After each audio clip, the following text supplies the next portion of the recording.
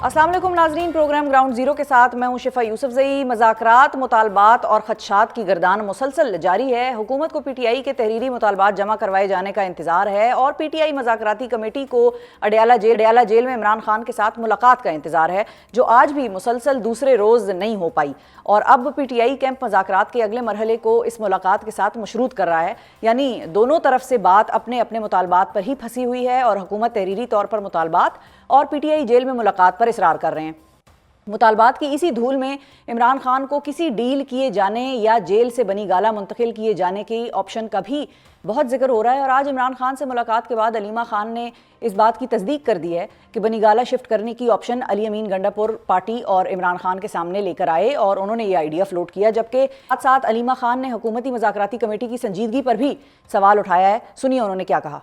था मेरे ख्याल में औकत आया, वो कह रहा था अली में गन्नापुर कब लेकर आए थे और उन्होंने कहा अली भाई किस चीज़ के लिए जाना बनी गाला होते रहे, किस चीज़ के लिए 1.5 साल 7 फुट के सेल में रख कर। अच्छा, ये ऑफर अली अमीन गन्नापुर ले आए।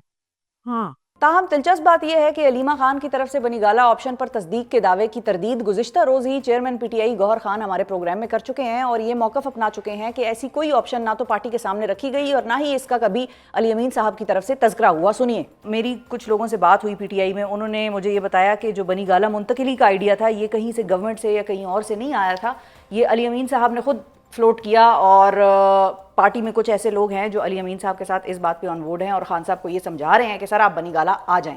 नहीं, देखो, अली अमीन साहब ने कोई ऐसा, जो मेरे नॉलेज में कोई ऐसा आइडिया नहीं फ्लोट किया था कि इस तरीके से हो, नहीं उसने कोई ऐसी पब्लिक स्टेटमेंट दी है।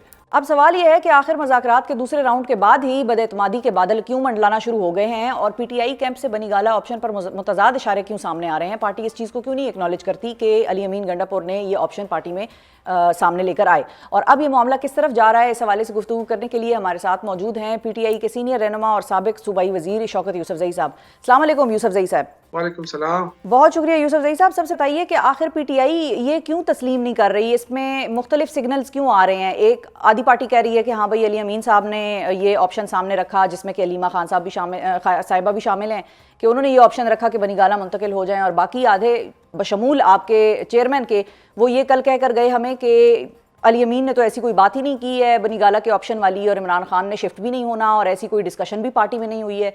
तो ये चक्कर क्या है बनी गाला शिफ्ट होने का मामला?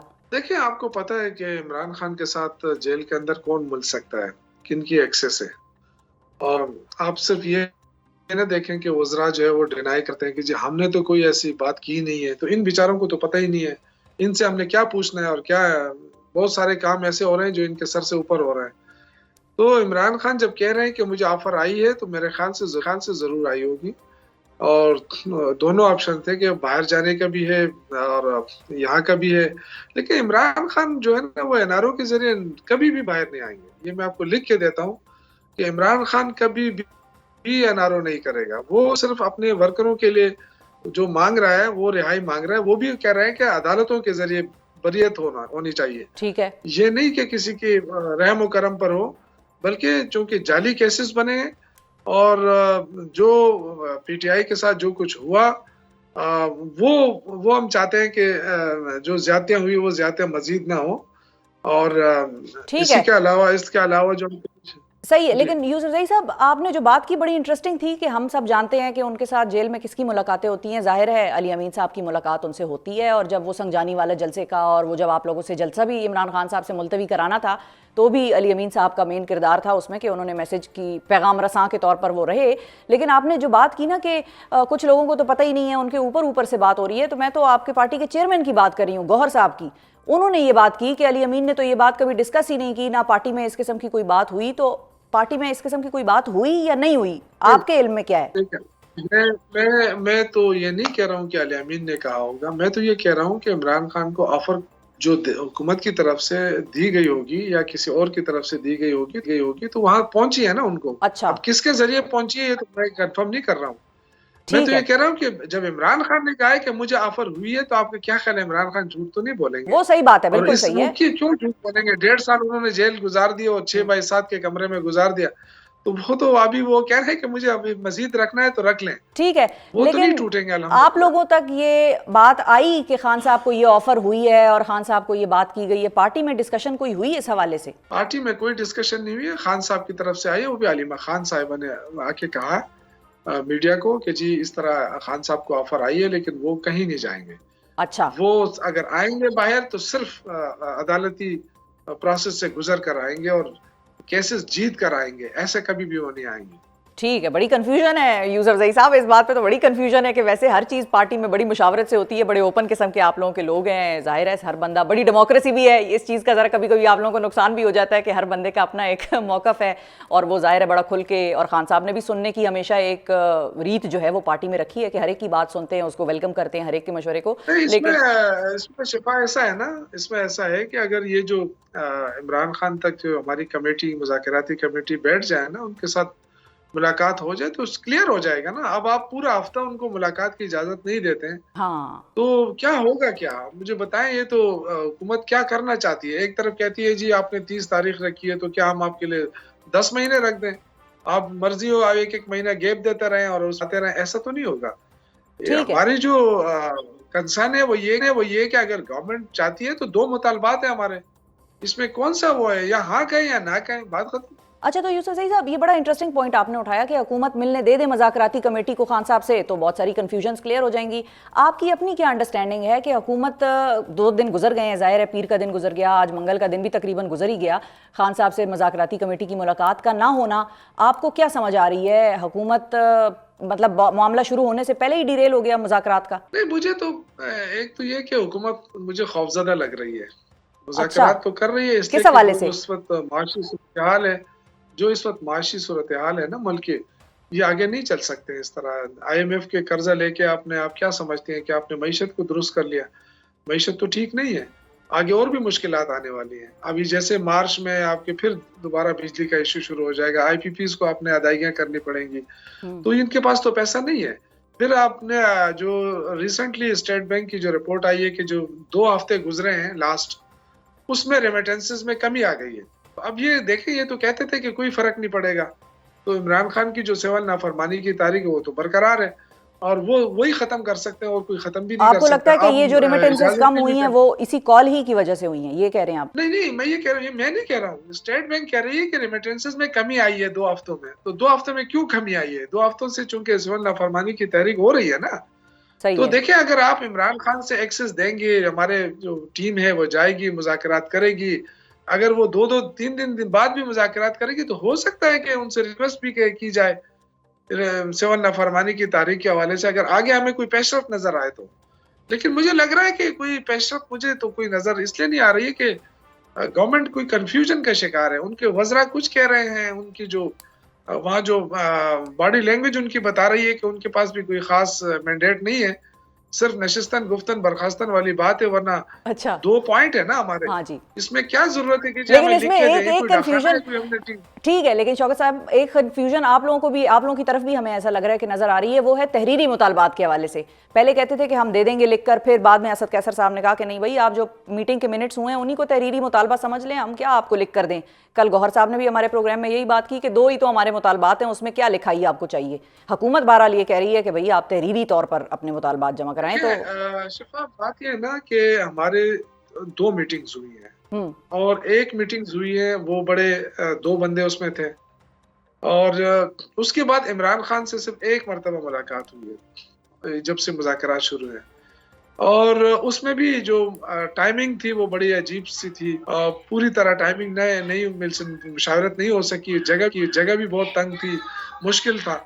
तो हमारी ख्वाहिश भी थी और हमें ये मालूम था कि जब मुज़ाकरात होंगे तो इस कमेटी को पूरा एक्सेस होगा इमरान खान तक और वो जब चाहे मुलाकात कर सकते हैं और मुशावरत हो सकती है तो सिर्फ चीज़ें आगे बढ़ेंगी।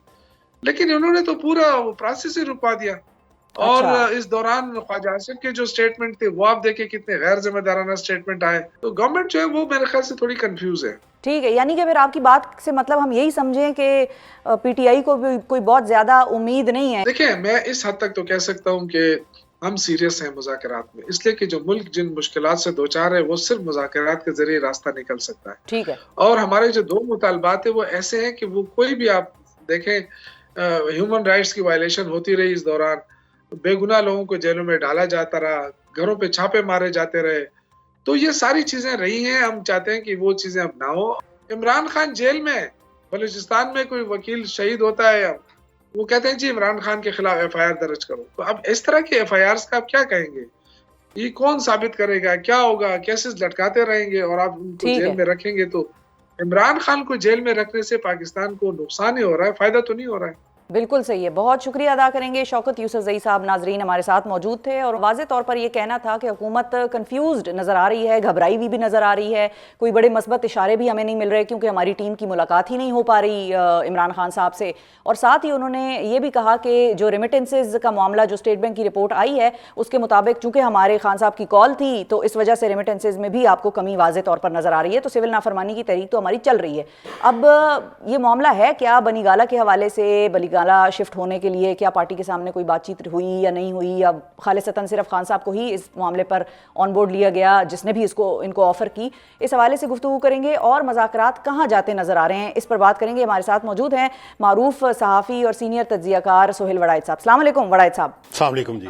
बहुत शुक्रिया सर, आपने वक्त निकाला और नए साल में आपका हमारे साथ पहला प्रोग्राम है, सो आपको हैप्पी न्यू ईयर्स और अल्लाह आपका साल बहुत खुशियों और बरकतों वाला बनाए। अच्छा सोहेल साहब, आपकी क्या इतलात हैं? आज जिस तरह से मैंने आपको शॉर्ट्स भी सुनाए हैं, कल जब हमने गौहर साहब से ये पूछा कि हमारी इतलात के मुताबिक पार्टी के चंद रहनुमाओं से जब हमारी बात हुई, उन्होंने कहा, इस बात की तस्दीक की कि अली अमीन साहब ये आइडिया लेकर आए हैं और ये कहीं गवर्नमेंट या इधर उधर से नहीं आया, ये अली अमीन साहब ने प्रपोज किया कि आपको अगर बनीगाला शिफ्ट करा दिया जाए तो इस पर हुकूमत मान सकती है, जिसका कि इमरान खान साहब ने ज़ाहिर है आइडिया को बाय नहीं किया और उन्होंने इस चीज़ की इनकार कर दिया। अब आज और कल गौहर साहब ने भी इसी बात की तरदीद की कि नहीं ऐसी कोई बात नहीं है, अली अमीन साहब इस आइडिया को नहीं लेकर आए। लेकिन आज अलीमा साहिबा ये कह रही हैं कि भाई आइडिया तो उन्हीं की जानिब से आया है और मुझे इमरान खान साहब ने यही बताया है कि अली अमीन ही ये आइडिया लेकर आए थे मेरे पास। तो पार्टी में इस हवाले से आपको क्यों लग रहा है कि मुतजाद किस्म की बातें चल रही हैं? ओन क्यों नहीं कर रहे कि अगर अली अमीन साहब लाए हैं तो ओन कर लें भाई? एक तो पहली बात यह है कि ये जो चीज है ना, ये जो सियासी मुज़ाकरात हो रहे हैं, इनमें तो डेफिनेटली ना ये होनी है ना हो सकती है। ठीक है, एक जाहिर है एक चैनल भी है ना, जिस तरह आपको पता है कि नवंबर में जब ये लॉन्ग मार्च के लिए आ रहे थे तो बार बार लोग जाके जेल में मिलते थे, तो जाहिर है गवर्नमेंट का कोई मैसेज ही लेके जाते होंगे ना, और वो मैसेज जो लेके जवाब आता होगा। तो इस तरह का कोई ना कोई एक बैक चैनल है। और चूंकि गंडापुर साहब जो हैं वो भी एस्टेब्लिशमेंट के साथ बातचीत करते रहते हैं, जुड़े हुए हैं। मैं तो बहुत अरसा पहले कह चुका हूँ कि ये तजवीज़ तो इमरान खान जब जेल गए थे शुरू से ही आ गई थी। अच्छा। कि आपको जो है वो बनीगाला शिफ्ट किया जा सकता है, लेकिन शर्त ये है कि आप खामोश रहेंगे, आप बोलेंगे नहीं और इस गवर्नमेंट को तस्लीम करेंगे।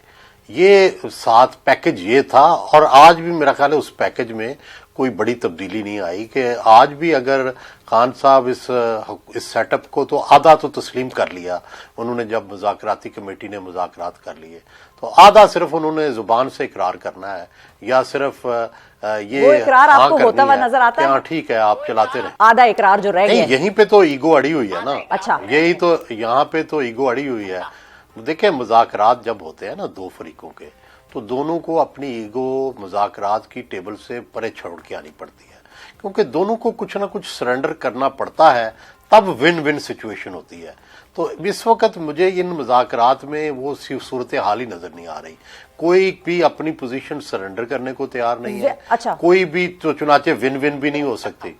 तो क्योंकि सोहेल साहब एक चीज हमने देखी कि पीटीआई का बड़ा स्ट्रांगली हेल्ड ओपिनियन था कि हम इनके साथ नहीं बैठेंगे और ये चोर भी हैं और मैंडेट चोर भी बन गए बाद में, और लेकिन बाद में पीटीआई और फिर पीटीआई के कुछ मज़ाकरात पहले वाले भी थे, मुतालबात पहले वाले भी थे कि हमें मैंडेट वापस करें, रूल ऑफ लॉ हो, और वो 3-4 मुतालबात इनके आए थे। उसके बाद इन्होंने फिर अपने सिर्फ 2 मुतालबात तक ही अपने एजेंडा को महदूद कर लिया। तो क्या आपको लगता है कि पीटीआई ने इस मामले पर उनके साथ बैठना और एजेंडे से अपने दीगर के मुतालबात निकाल कर सिर्फ 2 पर इक्तिफा करना हुकूमत से ज्यादा लचक दिखाई है या हुकूमत ने ज्यादा लचक दिखाई है इस मामले पे? नहीं, ये बड़े सोच समझ के क्राफ्ट किए गए हैं ये दोनों चीजें। देखें, एक तो इस वक्त टोटली मोराल डाउन है पीटीआई का। خاص کر نومبر کا جو اسلام آباد مارچ ہے اس کے بعد، اور وہ ان میں یہ سکت نہیں ہے کہ دوبارہ سے کوئی اس طرح کی کال دے سکیں۔ اب اگر سارے قیدی باہر آ جاتے ہیں اور ایک ریجوونیشن ہو جاتی ہے تو ایک پارٹی کو دوبارہ سے ریوائٹلائز کیا جا سکتا ہے، دوبارہ سے اس کی بحالی کا عمل کیا جا سکتا ہے سیاسی، اور اگر عمران خان بھی آ جاتے ہیں تو ظاہر ہے ایک رونق لگ جائے گی اور ایک پارٹی جو ہے وہ زندہ ہو جائے گی، جو اس وقت تقریباً نیم مردہ ہے۔ دوسری جو بات ہے وہ کہتے ہیں کہ جی کمیشن بنا لو، اس کی ابھی ڈیٹیلز نہیں آئیں، لیکن اس میں پتہ نہیں انہوں نے کیا کیا کروانا ہے اور کس جج کی وہ شرط رکھیں گے۔ تو ویسے تو کہتے ہیں ظاہر ہے senior most judges گورنمنٹ، ہاں مطلب یہی ہے نا کہ پی ٹی آئی یہ چاہتی ہے، اس کی خواہش ہے کہ بھئی یہ سسٹم عدالت کے ذریعے ختم ہو جائے۔ پہلے بھی سپریم کورٹ میں ان کی یہی خواہش تھی لیکن وہ نہیں ہو سکا، سپریم کورٹ ہی بدل گئی۔ اب بھی وہ چاہتے یہ ہیں کہ ہماری مرضی کا یا ایسا جج جو فیصلہ یہ دے کہ یہ الیکشن میں دھاندلی ہوئی ہے صحیح، یا الیکشن میں، اور ظاہر ہے حکومت کے لیے یہ قابل قبول نہیں ہوگا۔ تو یہ اس لیے یہ دونوں جو شرائط ہیں ان میں تو فی الحال لچک کا امکان نہیں، صرف ایک چیز ہو سکتی ہے کہ دھاندلی کمیشن ایسا بنے جو نہ ان کی فیور کا ہو نہ ان کی فیور کا ہو، اور کچھ رعایت پی ٹی آئی کو مل جائے، کچھ جو ہے وہ حکومت کو مل جائے، یعنی سسٹم نہ ٹوٹے۔ ٹھیک ہے، تو وہ تو ہو سکتا ہے، ظاہر ہے وہ حکومت کے لیے بھی قابل قبول ہوگا، پی ٹی آئی بھی کسی نہ کسی طرح وہ مان ہی چکی ہے، کیونکہ جب مذاکرات کر لیے، جب ان کے ساتھ بیٹھ گئے تو آپ آدھا تو مان چکے ہیں نا۔ تو دوسری بات یہ ہے کہ اب اگر عمران خان کو بنی گالہ سے بٹھایا جاتا ہے، لے کے جایا جاتا ہے اور وہ خاموش ہو جاتے ہیں تو اس سے بھی گورنمنٹ کو ایکسیپٹ کر لے گی، کیونکہ ایک تو جو قید کا داغ لگا ہوا ہے، انٹرنیشنل بھی اس کے اچھے جیسچرز نہیں جاتے، نیشنلی بھی نہیں جاتے، تو دوسرا یہ ہو جائے گا کہ وہ اپنی توجہ پھر معیشت کی طرف دے سکیں گے۔ تو دونوں کے لیے ون ون سچویشن جب ہوگی تو معاہدہ ہو جائے گا۔ ابھی مجھے بالکل اس کی کوئی امکان نظر نہیں آتا۔ لیکن سہیل صاحب، عمران خان مشکل ہی لگتا ہے کہ وہ مانیں گے بنی گالہ جا کر رہنے پر اور خاموشی پر؟ ان کا تو بیانیہ ہی سارا کل ہو جائے گا اگر وہ چلیں خاموش نہ بھی ہوں، بولتے بھی رہیں تو بھی، اگر بنی گالہ چلے گئے تو وہ تو یہ بھی کہہ رہے ہیں نا، پی ٹی آئی کہتی ہے کہ ہمارے اسیران کو پہلے رہا کرو، عمران خان کہتے ہیں مجھے اپنی رہائی نہیں چاہیے، جب تک میرا ایک ایک جو کارکن ہے وہ جیل میں ہے میں بھی جیل میں ہی رہوں گا۔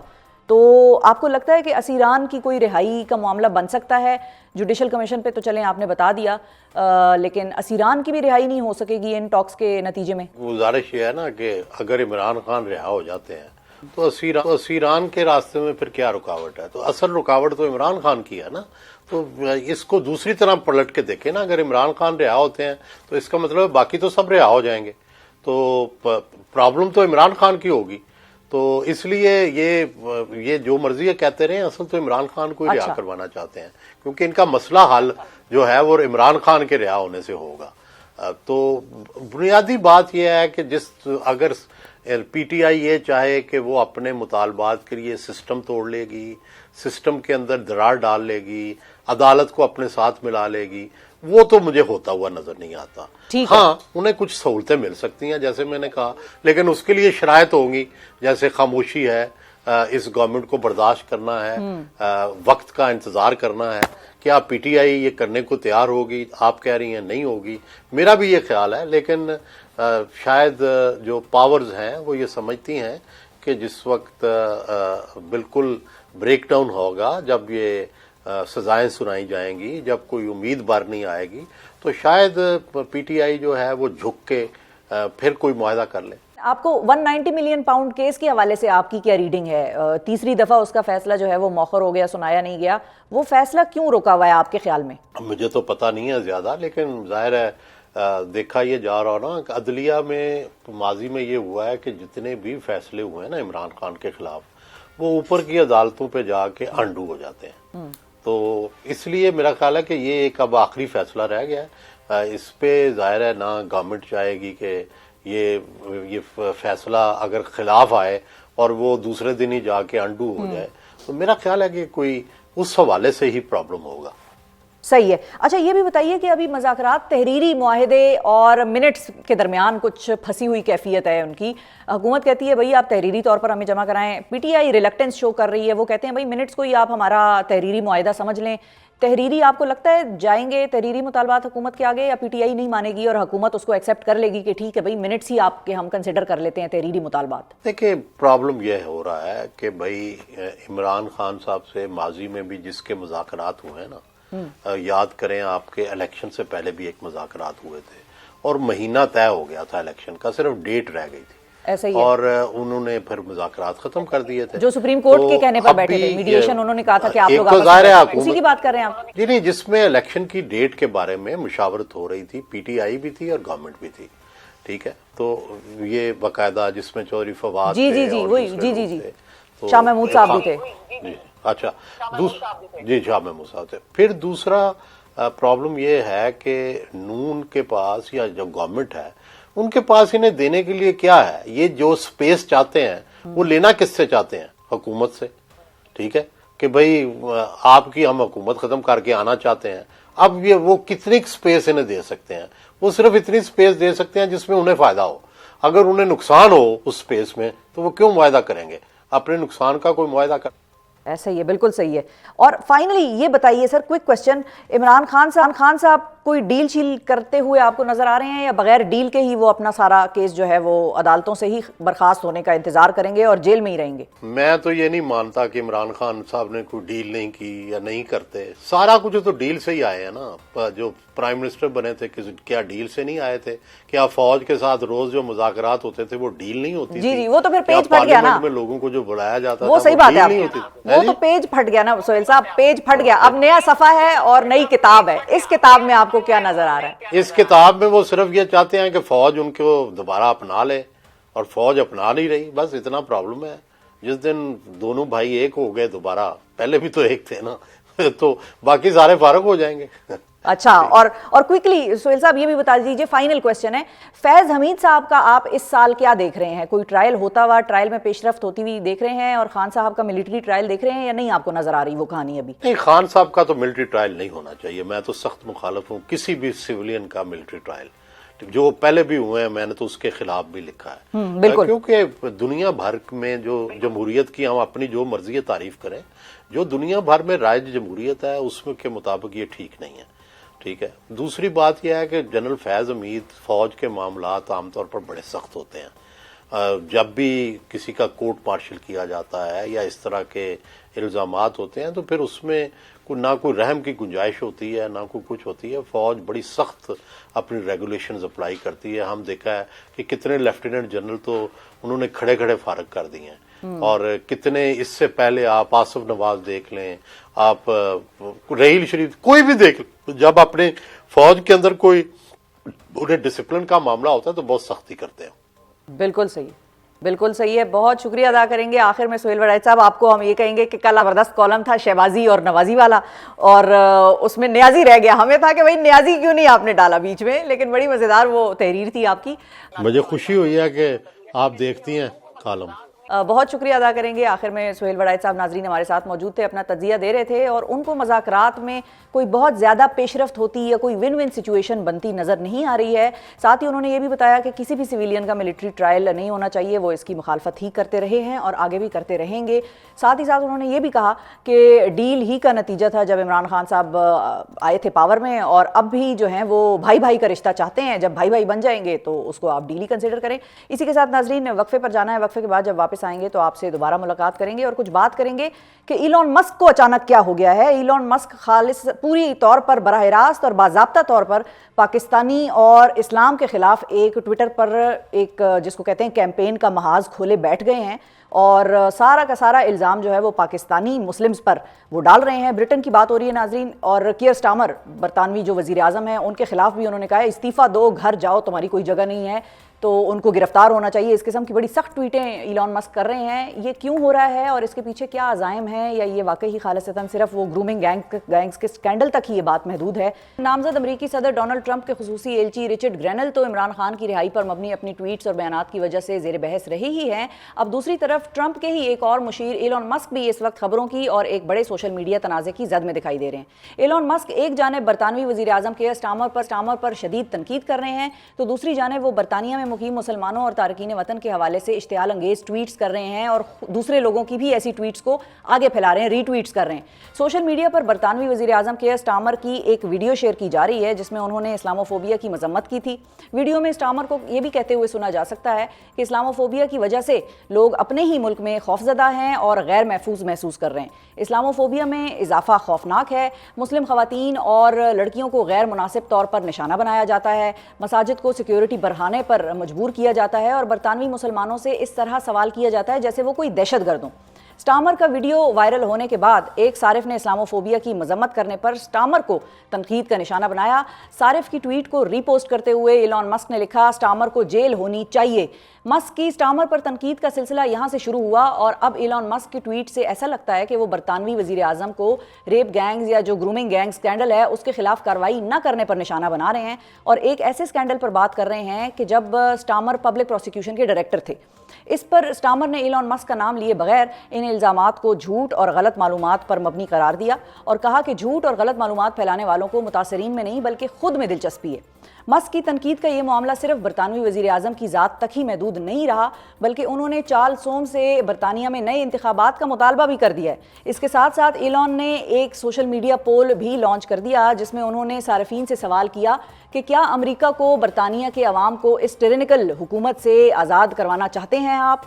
ایلون کے اس ایکس پول میں تقریباً 2 ملین لوگوں نے اپنی رائے کا اظہار کیا اور ایلون ایسی ٹویٹس کو بھی سپورٹ کر رہے ہیں جن میں برطانیہ میں باہر سے آ کر آباد ہونے والے افراد کو جرائم کا ذمہ دار قرار دیا جا رہا ہے، جن میں پاکستان سے آنے والی مسلم آبادی کو باقاعدہ تضحیک کا نشانہ بنایا جا رہا ہے اور یہ بحث اب باقاعدہ طور پر ایک اینٹی امیگریشن مہم کی شکل اختیار کر چکی ہے۔ اب غور کرنے کی بات یہ ہے کہ برطانیہ میں تارکین وطن کے خلاف بات کرنے والے ایلون مسک خود امریکہ میں ایک جنوبی افریقی نژاد کے طور پر رہ رہے ہیں اور ایلون کی یاد دہانی کے لیے ہم مختصراً برطانیہ میں گزشتہ 2 دہائیوں کے دوران غیر مسلم سفید فام افراد کی جانب سے قتل اور تشدد کے اہم واقعات میں ملوث پائے جانے کا ذکر اب آپ کے سامنے کریں گے۔ 2005 میں سیاہ فام 18 سالہ طالب علم اینتھنی واکر کو 2 سفید فام افراد کی جانب سے کلہاڑیوں کے وار کر کے ہلاک کیا گیا، جبکہ اگلے سال ایک اور سیاہ فام 18 سالہ طالب علم کرسٹوفر ایلانمی کو بھی سفید فام افراد نے قتل کیا تھا۔ 2013 کی بات کریں تو اس میں 82 سالہ محمد سلیم کو برمنگھم میں سفید فام باشندوں نے خنجر مار کے ہلاک کر دیا تھا، جبکہ 44 سالہ ایرانی آبادکار بھی جان ابراہیمی بھی اپنے سفید فام ہمسائے کے ہاتھوں قتل ہوئے تھے۔ یہ فہرست خاصی طویل ہے، یہ تو نوٹیبل کیسز ہیں جو ہم نے آپ کے سامنے رکھے ہیں، مگر نقطہ یہی ہے کہ کسی ایک مذہب یا خطے سے کسی کرائم یا کرمنل کا تعلق نہیں ہو سکتا اور جب بھی کوئی کرائم ہوتا ہے وہ کسی مذہب یا کسی ملک کا نہیں ہوتا بلکہ وہ ایک اس شخص کا انفرادی فعل ہوتا ہے اور اس کو اس پر سزا ملنی چاہیے، کوئی بھی کرائمز کو جسٹیفائی نہیں کر رہا۔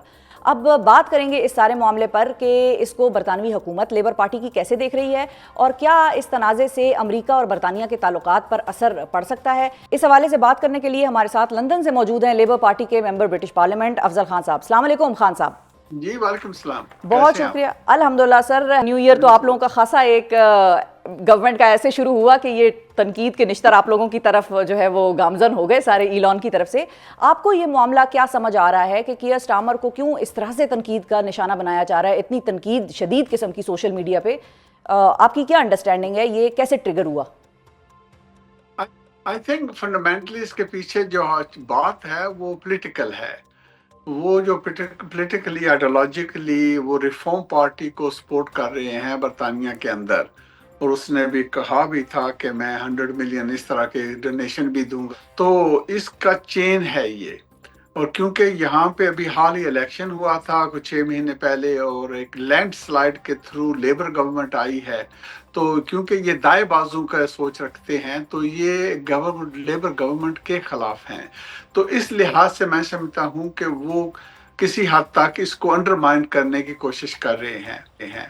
اور افسوس کی بات یہ بھی ہے کہ وہ جس وجہ سے کر رہے ہیں اس پہ کا حقیقت کے ساتھ تعلق نہیں ہے، کیونکہ جب کیئر سٹارمر صاحب کراؤن پروسیکیوشن کو لیڈ کر رہے تھے انہوں نے یہ نہیں کہ کچھ کیا نہیں تھا بلکہ قانون کو مضبوط کیا تھا، وہاں پہ new policy guide lines issue کی تھی، جو پرانے کیس ہوتے ان کو بھی دوبارہ کھلایا تھا۔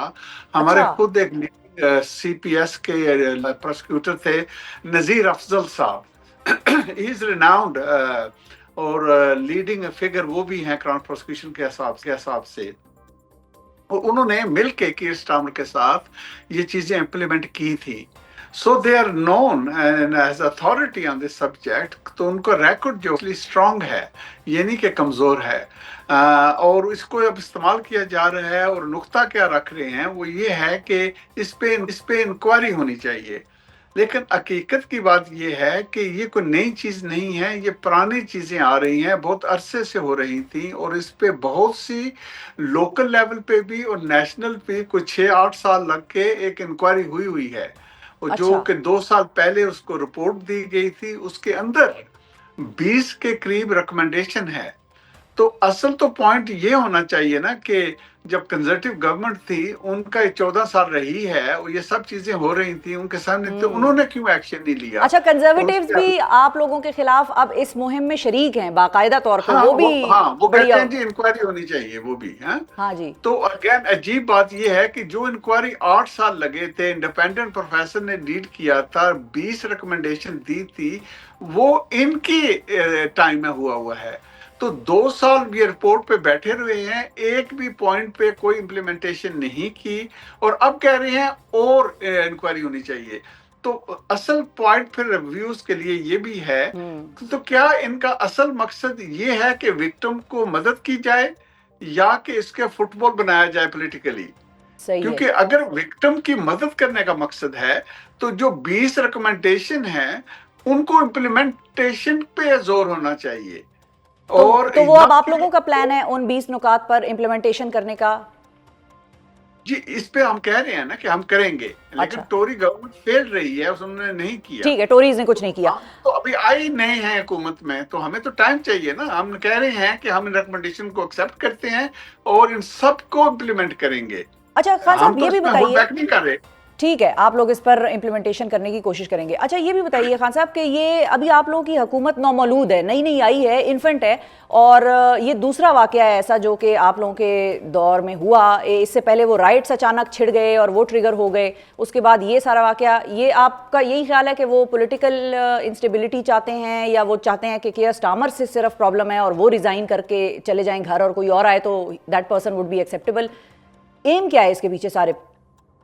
आई थिंक मेरे लिए जो बहुत इंटरेस्टिंग पॉइंट है वो ये है कि इतनी जल्दी इस मुल्क के अंदर राइट शुरू हो जाने, ये भी वो दाएं बाजू के मैसेजिंग का चक्कर था. और मजे की बात ये भी कह सकता हूँ आपको कि ये उस वक्त में ये बात झूठ थी, क्योंकि उन्होंने मुसलमानों को निशानदेही कर दी थी, जबकि इसका हकीकत के साथ कोई ताल्लुक नहीं था. हाँ, उसकी अच्छा, ठीक बेस है। पे ये किया गया था सारा राइटिंग भी. तो यही चीज अब हो रही है कि भाई इस पे इल्जाम लगा रहे हैं कि भाई इनका कसूर है. भाई इनका कैसे कसूर हो सकता है? 14 साल हुकूमत तो टोरी की रही हुई ठीक है। और जो इम्प्लीमेंटेशन के नुक्ता नजर से जो बात कर रहे हैं, जब वो क्राउन प्रोसिक्यूशन के इंचार्ज थे उसी वक्त तो काम हुआ था.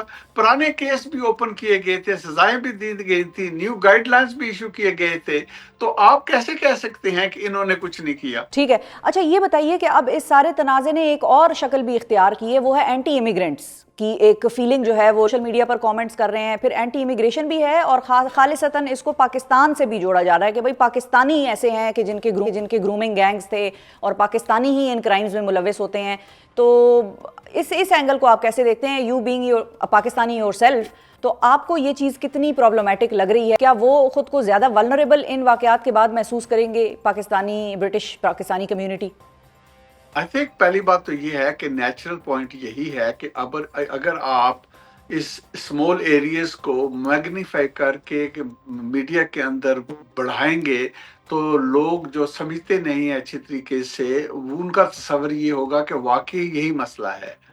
लेकिन हकीकत को मैं आप जब देखते हैं तो मैं समझता हूँ, आपने बहुत अच्छी बात खुद अपने सोशल मीडिया में आपने भी की थी, और आपने ये निशानदेही की थी कि एक्चुअल जो क्रिमिनल होते हैं ना, वो हर सोसाइटी के अंदर होते हैं, उनकी नेशनैलिटी नहीं होती. ऐसा ही है. तो ये पॉइंट राइट अप्रोच है कि हमें क्रिमिनल को क्रिमिनल समझना चाहिए, और इस बात को समझना चाहिए कि हर माशरे के अंदर, हर सोसाइटी के अंदर, हर ग्रुप के अंदर ऐसे एलिमेंट होते हैं.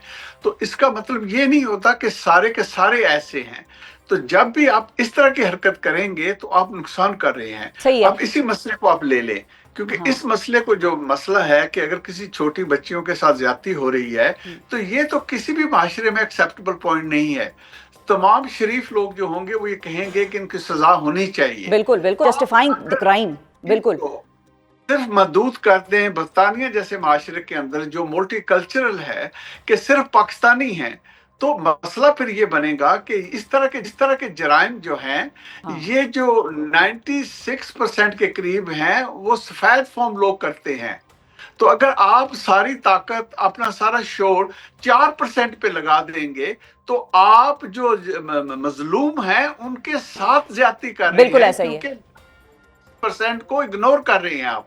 اچھا، تو مسئلہ یہ ہونا چاہیے کہ ایک بچی کے ساتھ زیادتی ہوئی ہے، جس نے بھی کی ہے اس کو سزا ہونی چاہیے. بالکل تو صحیح. یہ رائٹ اپروچ ہے. اچھا خان صاحب، یہ بھی بتائیے کوئکلی کہ اب اس سارے تنازع سے برطانیہ اور امریکہ کے تعلقات پر بھی کوئی اثر پڑ سکتا ہے؟ کیونکہ وہاں سے تو پوری فل تھروٹل کیمپین شروع ہوئی ہوئی ہے اور وہ تو یہ بھی کہہ رہے ہیں کہ ٹرینیکل گورنمنٹ کو بھئی ہم اگر گھر آپ چاہتے ہیں کہ بھیجیں تو پھر آپ اس پول میں شرکت کریں اور یس کا بٹن دبائیں. ہاں، فرسٹ آف آل پہلے تو یہ انفرادی طور پہ بات رکھنی چاہیے کہ یہ انڈیویجول ہے جو کر رہا ہے. ابھی اس نے خود اپنی رسپانسبلٹی بھی نہیں لی نئی حکومت کے اندر. نئی حکومت بھی ایکشن میں ابھی تک نہیں آئی، لیکن اس کو احساس رکھنا چاہیے اس چیز کا کہ یہ ایک سینئر پرسن ہے اس لحاظ سے بھی کہ اتنا بڑا پلیٹ فارم سوشل میڈیا کا اس کے ہاتھ میں ہے. اس کے بعد ابھی امریکہ جو بہت بڑے پاورفل کنٹری ہے اس کا ایک سینئر رول کے لیے اس کو دیا جا رہا ہے. تو رسپانسبلٹی بھی تو ہوتی ہے نا، تو اس کو رسپانسبل طریقے سے آگے موو ہونا چاہیے. جہاں تک امریکہ اور برطانیہ کے تعلق کا بات ہے تو وہ تو کلیئر ہے کہ لانگ سٹینڈنگ ڈیپ ریلیشن شپ ہے، اور میں سمجھتا ہوں کہ انفرادی طور پہ کوئی اس طرح زیادہ ڈیمیج نہیں کر سکیں گے. جو بگر وائڈر انٹرسٹ ہے وہ ان کو رکھے گا مل کے رہنے کے لیے. اور اس کے علاوہ میں یہ بھی سمجھتا ہوں کہ ایکچوئل خطرہ یہ ہے کہ اس طرح کے پرسن، اس طرح کی بیہیویئر اگر وہ گورنمنٹ میں آ کے کرے گا تو وہ زیادہ عرصہ گورنمنٹ کے اندر بھی نہیں رہ ٹھہر سکے گا، کیونکہ حکومتیں اس طرح نہیں چلتی.